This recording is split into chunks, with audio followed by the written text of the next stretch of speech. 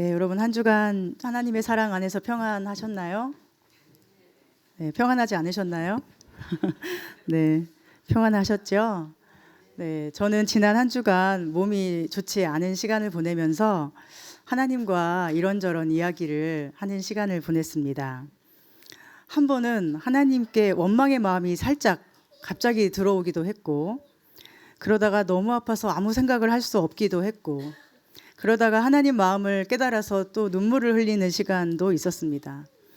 이번 주 말씀이 요나에 관한 말씀이다 보니 몸이 아픈 중에도 이 요나서를 묵상할 수밖에 없었는데요. 요나가 4장 마지막에서 굉장히 불평하고 화를 내잖아요. 그런 모습을 보면서 내가 저런 모습이 되면 안 되는데 이렇게 애써 다짐을 하면서도 내 마음속에 불평과 분노가 있었구나 라는 것을 깨닫는 지난 한 주였던 것 같습니다. 다행히도 극적인 화해를 이루고 오늘 이 자리에 설 수 있었습니다. 저처럼 어리석은 사람을 끝까지 사랑하시는 하나님 덕분에 이렇게 감사한 마음으로 예배를 드리고 있음이 하나님의 은혜임을 고백합니다. 오늘 아끼지 아니하겠느냐라는 제목의 말씀을 통해서 우리를 향한 하나님의 마음을 생각해보고 어떤 상황에도 흔들림 없는 하나님의 사랑 안에 잠기는 그런 시간 되기를 소망하고 축복합니다. 요나는 북이스라엘의 선지자인데 당시 강대국이었던 아수르 제국의 수도 니느웨라는 도시에 가서 하나님의 심판을 전하라는 명령을 받았습니다. 요나 당시의 아수르는 이미 이스라엘을 침략하고 정복하고 가혹하게 학대했던 민족이었습니다. 마치 우리나라가 일제강점기 시절에 치욕과 학대를 견뎌야 했던 것과 조금 비슷할까요? 당시 아수르는 다른 지배국과 다르게 피정복지에 대해서 관용을 베풀지도 않고 관대하게 선처를 하거나 이런 것도 아예 없었다고 하죠. 매우 잔혹하고 가혹하게 피정복민들을 대했기 때문에 그 악명이 매우 높았다고 합니다. 그런 나라의 수도인 니느웨에 가서 하나님 말씀을 외치라 는 것은 얼마나 어려운 일입니까? 여러분이 만약에 요나라면 그렇게 하실 수 있을까요? 만약 일제강점기 시절에 지금 살고 계신다면 어떤 고문과 투옥을 감수하고서라도 일본 한복판에 가서 대한독립 만세를 외치는 것과 다르지 않을 거예요. 요나도 여느 사람들과 다르지 않은 평범한 사람이잖아요. 그는 말씀하시는 하나님의 얼굴을 피하고 싶었어요. 하나님의 얼굴은 자꾸만 요나를 따라다녔어요. 이 말씀을 외쳐라. 너는 가서 외쳐라. 요나는 그렇게 말씀하시는 하나님의 얼굴을 피하여 다시스로 도망을 갔고 일이 잘 풀리는 것 같았습니다. 마침 다시스로 가는 배를 만났기 때문에 아마 내가 다시스로 가는 걸 하나님이 허락하시나 보다라고 생각을 했을 거예요. 역시 내 생각대로 내 고집대로 하는 게 맞나 보다 하면서 배 아래칸 가장 깊은 곳에 내려가서 맘 편하게 잠을 청했던 것 같습니다. 그런데 어떻게 되나요? 하나님께서 바다에 큰 바람을 내리셨다고 하죠. 바다에 큰 폭풍이 일어나고 배가 거의 깨질 지경이 됐습니다. 선원들은 이 재앙이 어디서부터 온 것인가 하고 제비를 뽑았더니 요나가 제비 뽑히게 됐고 요나는 이때 어떻게 하죠? 나 때문이니 나를 들어 바다에 던지시오 하며 죽기를 자청합니다. 여러분 얼마나 요나가 니느웨에 가는 게 싫었으면은 바다에 던져져서 수장당할 각오까지 해야 했을까요? 예전에는 단지 요나가 무척 고집이 세다라고만 생각을 했었는데 지금 보니까 그런 것만은 아닌 것 같아요. 너무나 소중한 우리 목숨이지 않습니까? 한 번뿐인 소중한 목숨을 바다에 내던질 정도로 가기 싫었다면 얼마나 그곳에 가는 게 싫었을까? 그런데도 자꾸만 나타나서 말씀하시는 여호와의 얼굴이 요나에게는 아마도 죽음보다도 더 무서운 얼굴이었던 것 같습니다. 그렇게 요나는 선원들에 의해서 결국 바다에 던져지고 어떻게 되죠? 풍랑은 잠잠해지죠. 이렇게 한 편의 스토리가 끝나는 것 같습니다. 이제 요나는 어떻게 됩니까? 우리가 알듯이 하나님이 예비하신 큰 물고기에 의해서 잡혀 먹히게 되죠. 그런데 그보다 먼저 여기서 요나가 바다에 던져졌다는 것은 우리에게 무엇을 생각하게 하는 것일까요? 역시 큰 재앙에는 한 사람의 희생양이 필요해 이것일까요? 요나는 당시 풍랑을 잠잠하게 하기 위한 희생양으로 던져진 것일까요? 하나님은 요나를 왜 폭풍 속에서 부르셨을까요? 니느웨에 갈 사람이 그 수많은 사람 중에 요나 말고는 아무도 없어서 요나를 어떻게든 끌어다 쓰시려고 그를 도구 삼아서 이용하시는 것일까요? 죽을 때까지도 어떻게든 이용을 해먹어야 되는 그런 도구로 요나를 하나님이 바라보시는 것일까요? 어떻습니까? 여러분의 생각은? 이러한 여러 가지 생각들을 뒤로 하고 요나는 정말로 죽어 있었지요. 밤낮 3일을 물고기 뱃속에 있었으니 살아도 산 게 아니었을 거예요. 온통 흑암이고 또 축축하고 냄새나고 습기 많고 퀴퀴하고 아무튼 토할 것 같은 상황이었을 거예요. 뭐 사람은 아무도 없죠. 누가 불러도 대답할 사람도 없고 이건 뭐 내가 살았는지 죽었는지 모르겠다 싶은 상황 아닙니까? 예전에 어떤 다큐멘터리 영상에서 큰 물고기에게 잡아먹혔다가 구조된 이야기를 본 적이 있는데 물고기 뱃속에 들어갔다가 어떻게 살겠어 싶지만 진짜 살아난 사람이 있더라고요. 그러니까 동화는 아니라는 거죠. 진짜 요나는 물고기 뱃속에 들어가서 기적적으로 살아나왔는데 그 3일간의 시간은 말 그대로 죽음과 다름없었을 것입니다. 요나 2장 말씀에 보면 물고기 뱃속에서 요나가 기도한 내용이 나오는데 그 내용은 무엇인가요? 나 죽겠다는 거예요. 내가 죽겠는데 하나님이 살려주십니다. 나를 살리실 분은 하나님밖에 없습니다. 이것이 핵심 내용입니다. 여러분 살고 죽는 상황에서 무슨 미사여구가 필요하겠습니까? 그냥 하나님 살려주세요. 제가 잘못했어요. 용서해 주세요. 한 번만 살려주시면 잘하겠습니다. 한 번만 살려주시면 무조건 감사만 하면서 살겠습니다. 이렇게 기도를 하는 거죠. 무슨 기도를 할 힘도 없었을 거고 뭐 눈 감고 두 손 모으고 바른 자세 이런 게 어디 있어요 지금. 물고기 뱃속에서 지금 소화가 돼서 없어질까 말까 하는 상황인데요. 근데 하나님께서 그 기도를 들으시고 요나를 육지에 토해내도록 물고기에게 명령하시죠. 그리고 다시 요나에게 말씀을 하세요. 너는 니느웨로 가서 심판을 외쳐라.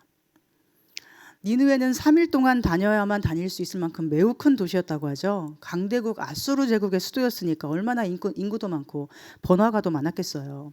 요나가 이제 하루 동안 다니면서 심판의 메시지를 전했죠. 40일이 지나면 니느웨는 무너진다.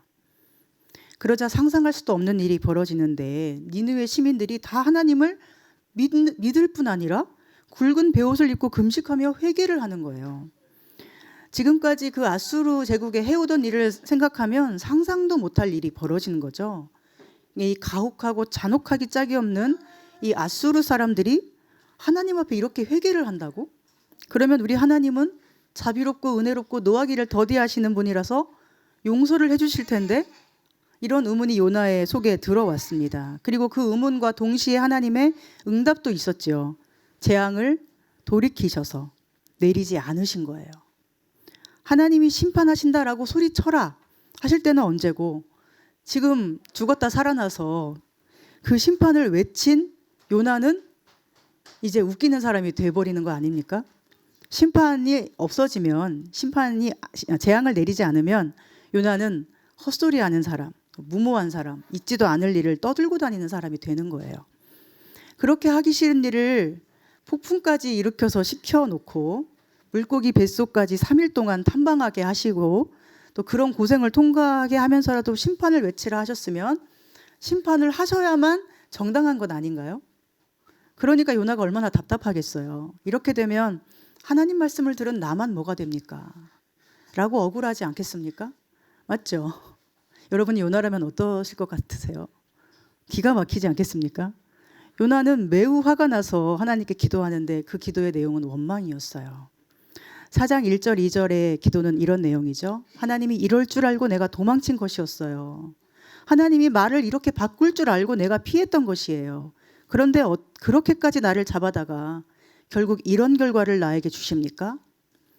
너무 화가 나서 요나는 니느웨 성읍에서 나가버리죠. 니느웨 동쪽에 가서 자기를 위해서 초막을 짓고 정말로 심판이 일어나는지 안 일어나는지 정말 하나님이 재앙을 안 내리시는지 지켜보고 있어요. 그런데 그때 하나님이 박넝쿨을 예비하셨죠. 요나가 심지 않았는데 하루 사이에 자라나서 요나 얼굴에 그늘이 되어 주었어요. 요나가 지금 니느웨 동쪽에 있었는데 그 사막 지방에 해 뜨는 동쪽에 있는 요나에게 박넝쿨은 얼마나 큰 은혜입니까? 6절에 보면 그 박넝쿨이 하나님의 예비하신 은혜였다고 말씀해요. 그런데 문제는 하나님이 또 다른 것을 예비하셨는데 벌레를 예비하사 그 박넝쿨을 갉아먹게 하셨죠. 그래서 잠깐 보고 좋아했던 그 박넝쿨이 다음날 새벽에는 아예 시들어 버렸어요. 그 벌레에게 먹힌 박넝쿨을 보는 요나의 심정은 어땠을까요? 이런 것 아니겠습니까? 하나님, 왜 이렇게 내가 잘 사는 꼴을 못 보십니까? 내가 좀 행복한 꼴을 두고 보실 수가 없습니까? 저는 풍랑에 배가 뒤집혀야 속이 시원하십니까? 바다에 빠지고 물고기 뱃속에 갇혀서 죽을 위기를 몇 번씩은 넘겨야만 하나님 속이 시원하세요? 이 뜨거운 사막에서 동풍에 말라 죽어야 속이 시원하십니까? 왜 나를 여기까지 보내서 저 인간들이 그 악행을 행하고도 용서받는 모습을 보게 하시고 저는 이렇게 겨우 박넝쿨 하나 기뻐하는 꼴을 못 보시나요? 그러니 이런 말이 나오는 거죠. 사는 것보다 죽는 것이 내게 낫습니다. 내 생명을 거두어 가소서. 사는 것보다 죽는 것이 내게 나음이니이다. 그동안에 품고 있던 불만, 불평, 한 맺힌 감정들이 폭발되어서 나오는 것처럼 보입니다. 그러자 9절에 하나님이 이렇게 말씀하십니다. 네가 박넝쿨로 말미암아 성내는 것이 어찌 옳으냐. 요나가 옳다고 대답하자 10절부터 또 이렇게 말씀하시죠. 여호와께서 이르시되 내가 수고도 아니하였고 재배도 아니하였고 하룻밤에 났다가 하룻밤에 말라버린 이 박넝쿨도 아꼈거든. 하물며 이 큰 성읍 니느웨에는 좌우를 분별하지 못하는 자가 12만여 명이요 가축도 많이 있나니 내가 어찌 아끼지 아니하겠느냐 하시니라. 여기서 하나님은 무엇을 말씀하기 원하신 것일까요? 이 말씀을 들은 요나는 화가 풀렸을까요? 아니면 더 화가 났을까요? 하나님의 말씀을 얼핏 보면 요나는 안중에도 없는 분처럼 보이는 것이 사실이에요. 하나님은 지금 박넝쿨과 니느웨 수십만 명의 사람들을 비교하시는데 물론 생명의 가치로 본다면 니느웨의 그 사람들이 훨씬 소중하겠지만 요나 한 사람의 마음에는 무엇이 더 귀중하게 느껴지겠습니까? 요나에게 그늘이 되어준 박넝쿨, 그것 덕분에 요나는 그 이방 땅 원수 나라에서 겨우 그늘을 마련하고 쉬고 있었어요. 박넝쿨이 없으니까 정말 뜨거운 동풍에 죽을 것만 같습니다. 그런데 요나의 나라를 무참히 짓밟고 학대하고 가혹하게 괴롭히는 니느웨 사람들은 한 번 회개했다고 그 끔찍한 재앙을 다 면하게 해준다고 하는 거예요. 아무 일도 없이 원래대로 잘 살게 해주겠다고 하시는 거예요. 요나는 여기까지 오느라 얼마나 가진 고생을 다하고 사느냐 죽느냐 생사의 갈림길에서 고통을 당해왔는데 여기 이 사람들은 그냥 회개 한번 하고 용서한다고 하니 얼마나 요나 입장에서 기가 막힙니까? 게다가 그 사람들을 뭐 하신다고 말씀하시죠? 아끼신다고 하시잖아요. 아끼신대요. 아니 생명을 아끼고 사랑해야 되는 건 알겠는데요. 그럼 우리 이스라엘 사람들의 생명은 안 아끼냐는 거죠. 여기까지 고생한 저의 생명은 안 아끼시냐는 거죠. 제 생명은 아깝지 않으세요? 제 인생은 안 아끼세요? 겨우 박넝쿨 하나 있는 걸 빼앗아 가세요? 이런 원망과 불평이 어떻게 요나의 마음에 생기지 않을 수가 있습니까? 아끼다라는 말을 우리말로 사랑이라고 해요. 한자로 사랑 애자가 아끼다라는 뜻을 담고 있지요. 사랑하면 그 사람을 아껴주고 그 사람이 아까우니까 내가 대신 힘들게 일을 해서 상대방은 힘들지 않게 해주는 것이 아끼는 사랑이라는 것입니다. 하나님은 여기서 왜 아낀다는 말을 하셨을까요? 왜 요나의 마음속에서 그럼 저는 안 아끼세요? 라는 분노가 솟구칠 정도로 마치 요나를 놀리는 듯 보이는 그 단어를 왜 하나님이 사용하실까요? 하나님은 요나를 아끼고 계심을 가르쳐 주고 싶으신 것 같습니다.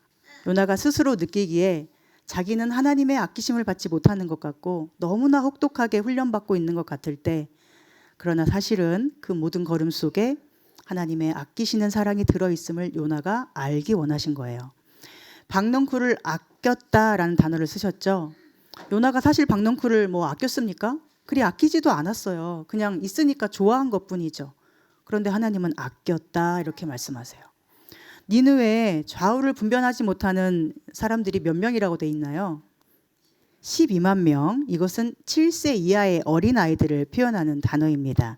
좌우를 분별하지 못하는 어린이들, 그런 어린이들 12만 명이면 어른까지 하면 약 60만 명 정도의 사람들이 니느웨에 살고 있었을 거라고 추측을 하는데, 그 60만 명의 사람들을 하나님이 얼마나 아끼셨을까요? 얼마나 아끼셨을까요? 물론 소중한 생명이고 하나님이 지으신 피조물이니 아끼셨겠지만 요나를 아끼듯 아끼셨을까요?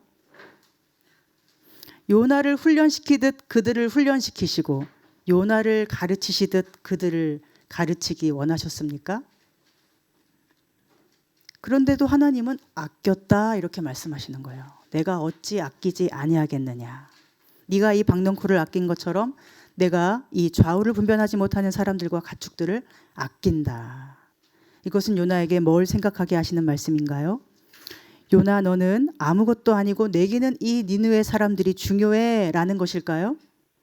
요나, 너는 폭풍 속에 빠질 뻔해도 내게 상관이 없고 물고기 뱃속에서 죽어도 내게 상관이 없고 내게는 이 니느웨 사람들과 가축들이 중요해, 이것을 말씀하시는 것일까요?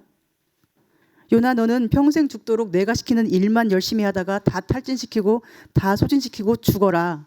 이것이 나의 뜻이다. 이런 말씀을 하시는 것일까요?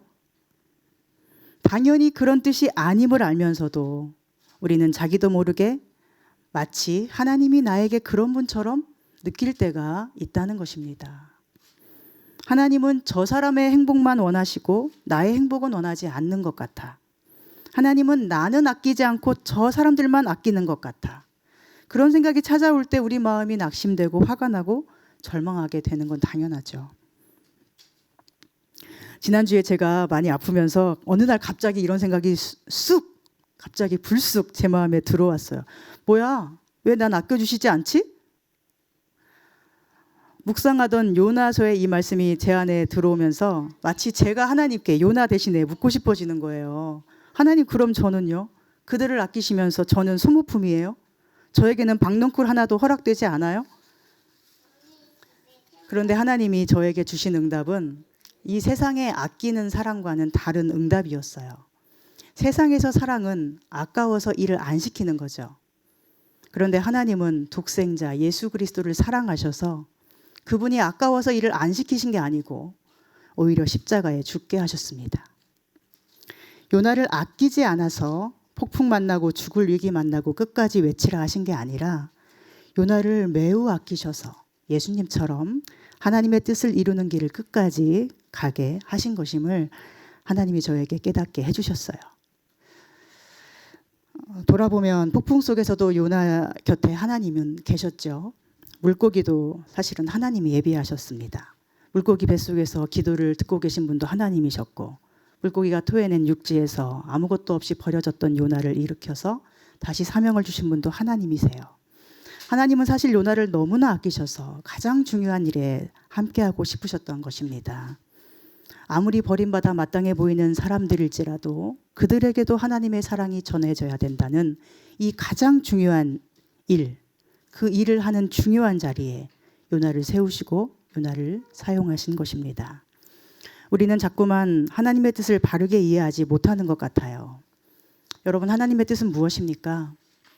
하나님의 뜻은 하나님의 사랑과 정의가 온전히 실현되는 것이지 않습니까? 그런데 우리는 이 땅의 세속적 가치관에 너무 물들어 살아서 마치 하나님의 뜻이 돈인 것처럼 생각하고 살아요. 집장만 하는 것이 하나님의 뜻이라고 생각하게 되고 사회에서 성공하는 것이 하나님의 뜻인 것처럼 여기고 산다는 것입니다.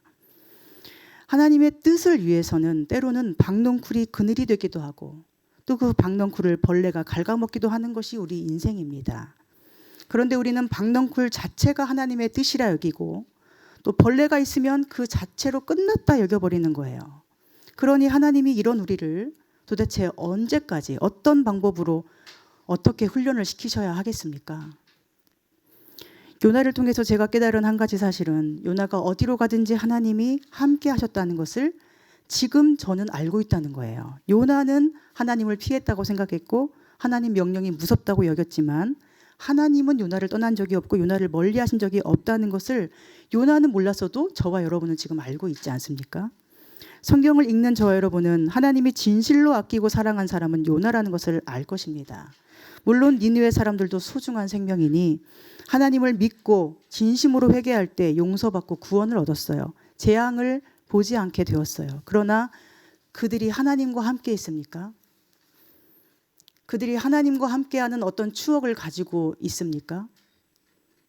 니느웨 사람들이 하나님이 전부인 그런 축복을 받았습니까?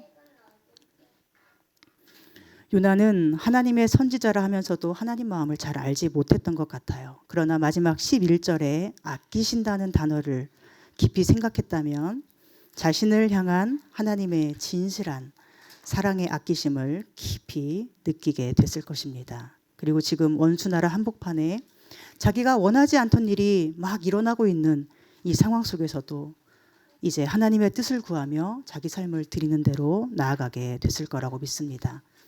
인생에 일어나는 크고 작은 풍랑과 박넝쿨, 또 벌레, 물고기, 깊은 바다 같은 것이 문제가 아니라 또한 그것들 자체가 하나님의 뜻인 것이 아니라 그 모든 것을 통과한 후에 비로소 알 수 있는 하나님의 마음이 있고 그 마음 깊은 곳에 내가 자리하고 있음을 아는 것이 우리를 부르시고 사용하시는 하나님의 뜻임을 요나도 알게 되었을 것입니다.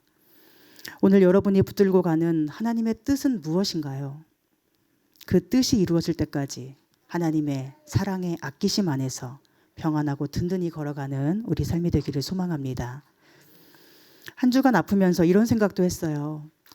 사실은 내가 나를 아끼지 않는구나. 주일에 설교와 예배 인도를 해야 되는데 아파서 아무 생각을 할 수 없으면서도 계속 또 생각을 해야만 하는 저를 보면서 하나님이 나를 아끼지 않으시는 게 아니라 네가 너를 아끼지 않고 있잖아 라고 저 스스로에게 말할 수밖에 없었습니다.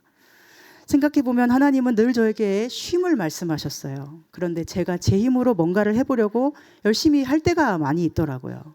늘 하나님을 의지한다고 하면서도 머리가 쉬지 않고 생각이 쉬지 못해서 저 자신을 지치게 하고 있다는 것을 이번에 심각하게 돌아보게 됐습니다. 그리고 다시 하나님의 쉬라는 명령 앞에 섰습니다. 하나님은 요나에게 일하라고 하신 게 아니라 단지 가서 선포하라 하셨죠. 그런데 그가 만난 풍랑 속에서 고통받고 물고기 뱃속에서 쉬지 못한 것은 전적으로 잘못된 요나의 선택 때문이지 않았습니까? 그냥 가라는 대로 갔으면 감당하지 않아도 됐을 풍랑과 물고기 뱃속과 죽음의 위기였습니다. 물론 우리 삶에는 자기 잘못이 아닌데도 일어나는 불행한 일들이 많이 있습니다. 그러나 제가 말씀드리고 싶은 것은 하나님이 쉬라고 하시는데도 우리 마음이 쉬지 못해서 일어나는 여러 어려움들에 대해서 이제는 하나님께 좀 맡기고 더 평안히 쉼을 누려도 괜찮다는 것을 하나님이 지금 여러분에게 말씀하신다는 것입니다. 어떤 친한 분과 강아지 이야기를 하게 됐는데 저한테 강아지 영상을 하나 보여주면서 이제 지난주에 제가 지금 아프니까 이 강아지처럼 그냥 푹 자 이러는 거예요. 보니까 정말 귀엽게 잠을 자고 있더라고요. 그러면서 자기가 키웠던 지금은 무지개 다리를 건넌 그 강아지 이야기를 해주는데 그 강아지가 처음에 자기 집에 왔을 때는 그 전에 살던 집에서 몇 년 동안 학대를 받았던 모양인지 잠도 잘 못 자고 조금만 소리가 나도 깨고 매우 불안했다고 합니다. 그러다가 이분의 집으로 온 후에 무려 10년 정도 지나니까 그제서야 잠을 잘 자더라는 거예요.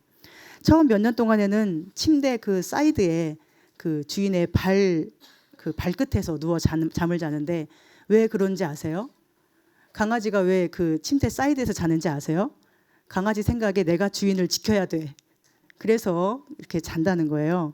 그렇게 주인 지키려고 하고 잘 못 자고 불안해하던 강아지가 10년쯤 지나니까 이제는 주인이 베는 베개를 함께 베고 자고 자다가 깨서 눈이 마주쳐도 놀라지 않고 다시 잠이 들고 이제는 주인의 배 위에서 누워서 잠을 자는 그런 강아지가 됐다고 해요. 그래서 그 모습이 얼마나 예쁘고 사랑스러운지 얘가 이제야 나를 믿는구나. 이제야 나를 진짜 의지하는구나 싶어서 얼마나 예뻤는지 모른다고 잠잘 때가 제일 예쁜 강아지였다고 회상하는 이야기를 저에게 해줬습니다.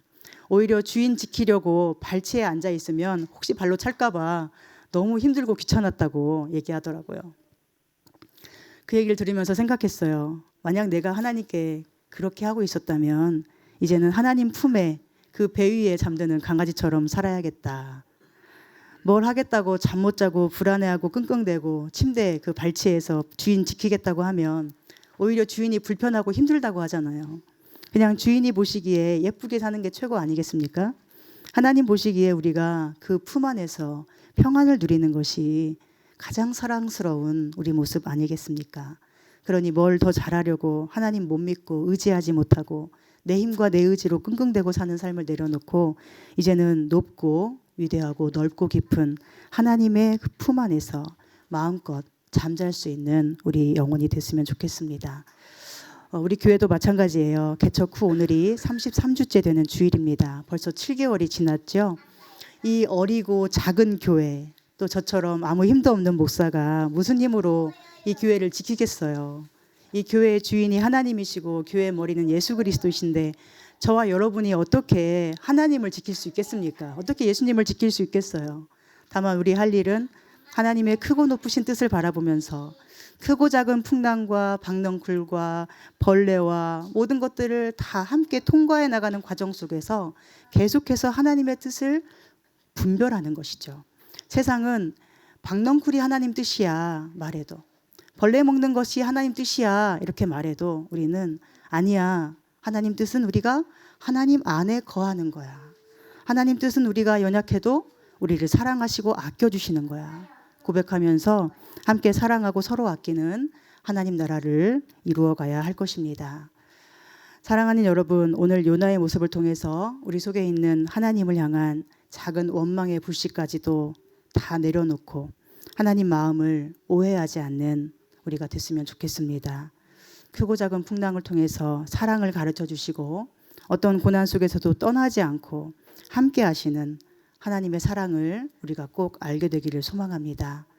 단지 재앙을 피하는 것이 축복이 아니라 하나님과 그 모든 여정을 함께하는 것이야말로 참된 축복임을 아는 지혜가 우리에게 꼭 있기를 바랍니다. 그리고 무엇보다도 하나님이 함께 하시는 것이 나에게 가장 소중함을 고백하는 믿음이 있었으면 좋겠습니다. 아무리 좋은 것을 누려도 하나님 없이는 안 됩니다. 아무리 고난이 와도 하나님이 계시면 괜찮습니다.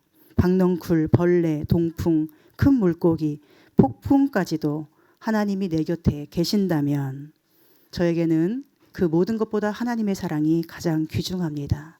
고백하는 우리 모두가 되기를 소망합니다.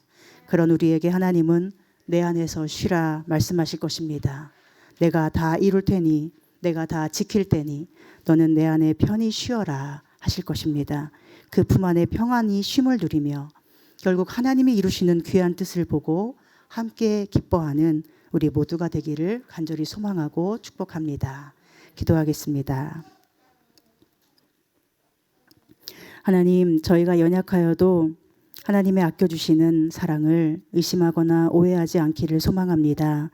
크고 작은 풍랑과 물고기 뱃속과 같은 사망의 그늘과 뜨거운 동풍과 박넝쿨을 갉아먹는 벌레들 속에서도 저희는 하나님의 아껴주시는 사랑을 믿고 흔들리지 않기를 소망합니다.